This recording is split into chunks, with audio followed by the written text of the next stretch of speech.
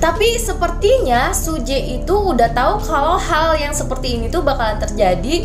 Dan bahkan sepertinya dia juga udah tahu loh siapa pelakunya, karena aku lihat di preview kemarin. Assalamualaikum Cinggu. Hai guys, balik lagi di Easy Room TV. Gimana kabar kalian? Sehat-sehat selalu kan? Nah, kemarin aku udah bahas drama If, dan ternyata banyak juga dari kalian yang suka nonton drama If ya, karena genrenya mungkin ya yang bikin kita tertantang atau penasaran gitu. Sekarang aku mau bahas drama lain yang gak kalah bagus juga nih, yaitu Why Her. Karena banyak dari kalian juga yang tulis di kolom komentar dan bahkan DM aku di Instagram juga request buat bahas drama Why Her. Dan setelah aku tonton kemarin, ternyata bagus juga ya dramanya, dengan genre misteri romantis, apalagi diperanin sama Hwang In Yup. Waduh, pasti kita bener-bener seru deh nontonnya. Jadi ibaratnya kita tuh disuruh mikir sambil baper-baper sendiri. Siapa sih diantara kalian yang nontonnya sambil senyum-senyum sendiri? Pasti banyak kan? Drama ini sudah tayang sampai episode 4 dan minggu ini akan tayang episode 5-nya di hari Jumat. Penasaran? Yuk kita langsung ke pembahasannya. Jangan lupa subscribe, check it out. Sebelum kita masuk ke pembahasannya, seperti biasa aku nggak bosen-bosen buat ingetin kalian untuk selalu pakai serangkaian body care dari Scarlett Whitening. Di sini aku punya body scrub, shower scrub, dan juga lotion dari Scarlett Whitening. Kebetulan di sini aku dapat yang Fantasia. Aku belum pernah cobain yang Fantasia. Kita review bareng-bareng yuk. Yang pertama ada body scrub yang memiliki kandungan glutathione dan vitamin E. Untuk shower scrubnya mengandung glutathione, vitamin E, dan kolagen. Di sini aku punya yang favorit aku banget, yang varian mangga, karena rasanya itu bener-bener nyegerin banget sih kalau buat aku. Yang terakhir ada body lotion yang mengandung glutathione, vitamin E, kojic acid, dan niacinamide. Nah, untuk body lotionnya dia ada 5 varian. Tapi aku tuh excited banget buat nyobain yang Fantasia ini. Kata orang-orang sih wanginya enak juga ya. Buat yang belum tahu urutan pemakaiannya, sekarang aku sekalian tunjukin ke kalian ya. Di sini aku mau cobain yang pomegranate. Teksturnya tuh di sini dia ada buliran-buliran halus gitu. Ini yang bisa mengangkat sel kulit mati di kulit kita, karena ini tuh nggak bikin iritasi juga ya. Jadi buat kalian yang kulitnya sensitif, itu tuh bisa banget pakai ini. Jadi kalau pomegranate itu dia punya wangi bunga dan buah, yaitu floral fruity. Cara pakainya, kalian tinggal apply ke bagian mana yang mau kalian scrub, terus kalian tunggu 3-5 menit, atau bisa ditunggu juga sampai setengah mengering. Nah, udah setengah kering, kalian bisa langsung gosok-gosokin. Nih, kelihatan kan kalau sel-sel kulit matinya itu keangkat pas lagi digosok, dan ini juga bisa mencerahkan kulit kita, dan juga bisa ngelancarin peredaran darah juga loh. Terus kita langsung bisa mandi pakai shower scrubnya yang mangga ini. Kita cobain ya. Nih, di sini tuh ada kayak butiran-butiran beadsnya. Ya. Kalian pakai seperti biasa mandi tiap hari. Kalau misalnya yang body scrub itu kalian pakainya cuman 1 minggu, itu kalian bisa pakai 1 atau 2 kali, jangan sering-sering. Manfaatnya mengangkat sel kulit mati dan mengangkat sisa kotoran di kulit. Jadi bisa lebih sempurna gitu bersihnya. Udah selesai mandi, seger banget bener-bener deh, aku nggak bohong. Kita langsung pakai body lotion Fantasia. Kita cobain ya. Wangi juga loh. Wah, pokoknya varian dari Scarlett Whitening itu wanginya itu pokoknya nggak ada yang gagal. Teksturnya itu lembut banget dan mudah meresap di kulit, sama sekali nggak lengket. Body lotion dari Scarlett Whitening ini punya khasiat untuk melembabkan dan mencerahkan kulit kita. Semua produk ini bisa digunakan buat semua jenis kulit dan sudah mengantungi izin BPOM. Aman juga buat ibu hamil dan menyusui. Untuk mendapatkan hasil yang maksimal, kalian harus rutin pakai kayak aku. Kalau aku tuh selalu rajin banget pakai serangkaian produk dari Scarlett Whitening. Dan per itemnya masih sama, cuman 75.000 aja per item.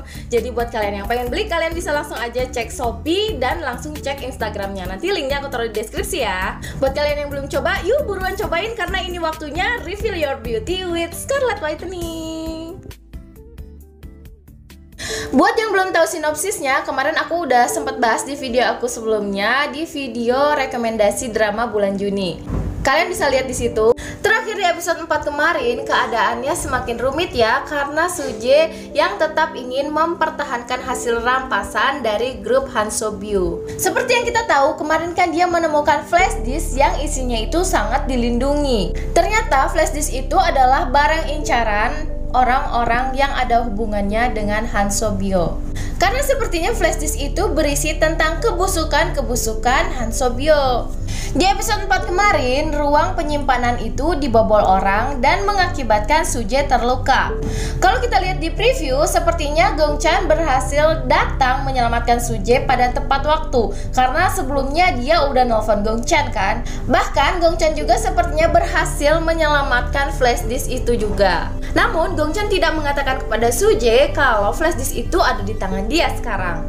Kenapa Gong Chan melakukan hal tersebut? Karena mungkin dia pikir flash disk itulah yang membuat Suje dalam bahaya.